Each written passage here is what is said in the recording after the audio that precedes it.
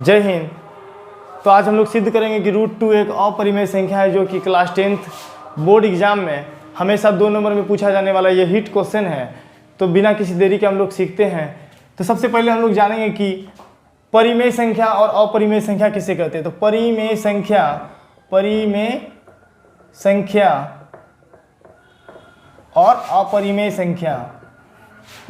और अपरिमेय संख्या किसे कहते हैं। सबसे पहले हम लोग ये समझेंगे, परिमेय संख्या उसे कहते हैं जिसे P/Q के रूप में लिखा जा सके और Q नॉट इक्वल टू 0 हो और P तथा Q का यानी ऊपर वाला अंश और हर का दोनों का HCF 1 आता हो, यानी कि दोनों सहअभाज्य संख्या हो। ऊपर वाला और नीचे वाला दोनों का HCF 1 आता हो, यानी कि दोनों सहअभाज्य संख्या P तथा Q सहअभाज्य संख्या हो, सहअभाज्य संख्या हो। फॉर एग्जाम्पल हम लोग कुछ भी लेते हैं, 4 को हम P/Q के रूप में लिख सकते हैं, जिसका Q नीचे वाला जिसका Q नॉट इक्वल टू 0 है, तो ये परिमेय संख्या है। और नीचे वाला और ऊपर वाला दोनों का महत्तम समावर्तक 1 आएगा, इसलिए ये P तथा Q क्या है, सहअभाज्य संख्या है। ठीक है। फॉर एग्जाम्पल और भी लेते हैं 5/4, ये भी P/Q के रूप में लिखा हुआ है और Q नॉट इक्वल टू 0 है। और दोनों ऊपर नीचे दोनों वाला का HCF, दोनों वाला का महत्तम समावर्तक कितना आ रहा है, 1 आ रहा है।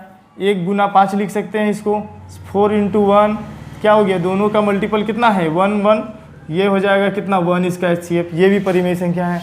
अपरिमेय संख्या हम लोग समझते हैं, अपरिमेय संख्या किसे कहते हैं, जिसको P/Q के रूप में नहीं लिखा जा सकता है। बोलिएगा सर ये √2 परिमेय संख्या है, ये √2 अपरिमेय संख्या है। तो चलो हम लोग देखते हैं कि कैसे अपरिमेय संख्या है। जब भी हम लोग √2 का वैल्यू निकालते हैं तो कितना आएगा, 1.1421 ...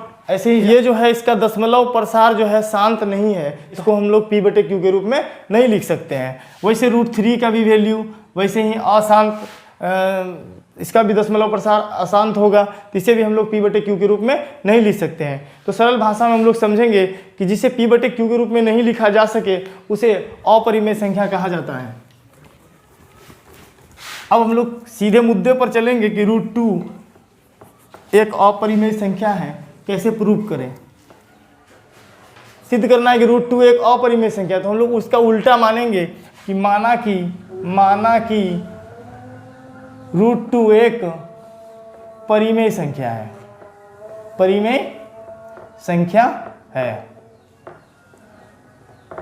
जब √2 एक परिमेय संख्या हमने मान लिया तो उस हिसाब से √2 P/Q के बराबर होगा।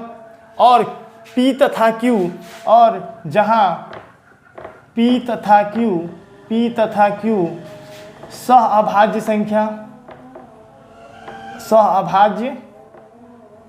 संख्या है तथा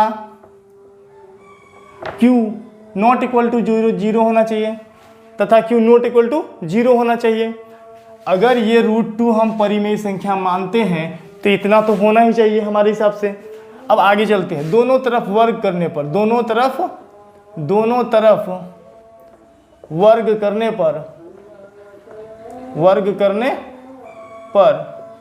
√2 इक्वल टू P/Q, इसको स्क्वायर करेंगे दोनों तरफ, तो √2 का स्क्वायर क्या होगा, √2 का स्क्वायर हो जाएगा 2, इधर हो जाएगा P²/Q²। अब इसको क्रॉस मल्टीप्लिकेशन करते हैं, 2 को लिख सकते हैं 2/1। अब इसको क्रॉस मल्टीप्लिकेशन करते हैं, तिरछी गुना, कोना कोनी गुना। P² को 1 से गुना करेंगे तो क्या हो जाएगा, P², और 2 को Q² से गुना करेंगे तो 2Q²।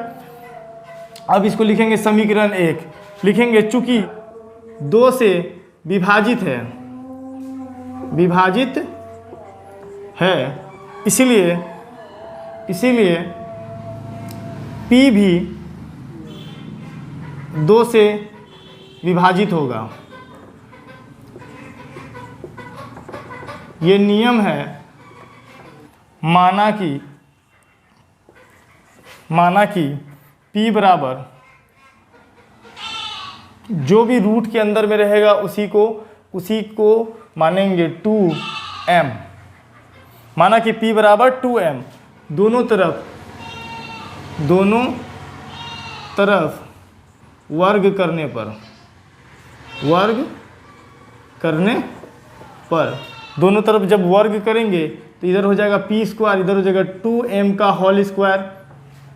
तो अब हमारा हो गया इधर p square equal to 2m का होल स्क्वायर, यानी 2 का स्क्वायर हो जाएगा 4 और m का स्क्वायर m स्क्वायर। अब यहाँ समीकरण 1 में देखिए p स्क्वायर बराबर कितना है 2q स्क्वायर, इसका वैल्यू यहाँ पुट करेंगे तो यहाँ कितना हो जाएगा 2q स्क्वायर बराबर क्या हो जाएगा 4m स्क्वायर। 2 से कट जाएगा 2 से 4 कट गया 2 बार में, q स्क्वायर बराबर कितना हो जाएगा 2m स्क्वायर। चूँकि q स्क्वायर 2 से विभाजित है, 2 से विभाजित होगा, इसीलिए q भी 2 से विभाजित होगा।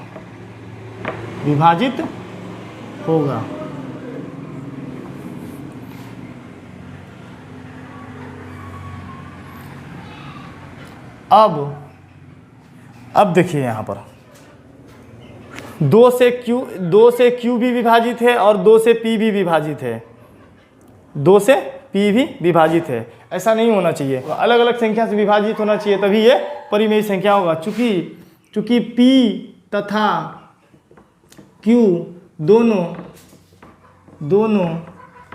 2 से विभाजित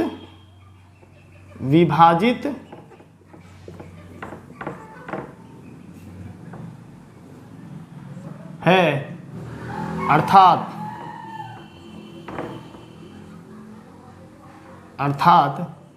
कथन में अंतर विरोध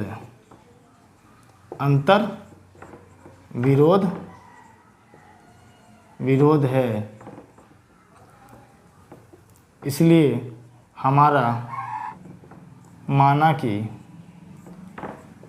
√2 एक परिमेय संख्या है, इसलिए हमारा माना कि √2 एक परिमेय संख्या है, गलत है। इसीलिए √2 एक अपरिमेय संख्या है, अपरिमेय संख्या